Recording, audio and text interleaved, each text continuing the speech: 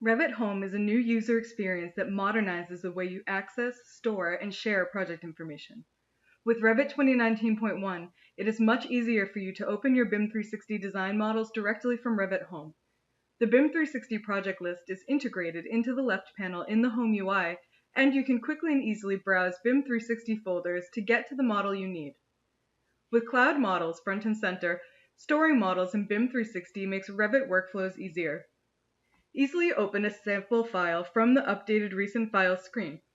Additionally, now as you click on a central file from Recent Files, Revit will create a local copy of the central model for you, adopting a consistent experience with BIM 360 design models and reducing the risk of unwanted changes directly to the central files. With Revit Home, local copies are now hidden, and only central models show up on the Recent Files page, making your view more streamlined and easier to navigate. The new response of Revit Home in the Revit 2019.1 release will improve model management, organization, and discovery.